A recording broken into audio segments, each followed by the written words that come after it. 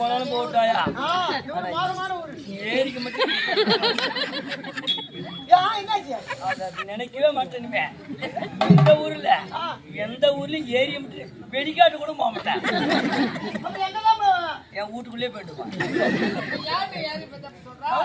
ஐயோ அதுல தலை வந்துட்டு வேணாம். கேண்டையும் படிக்கல.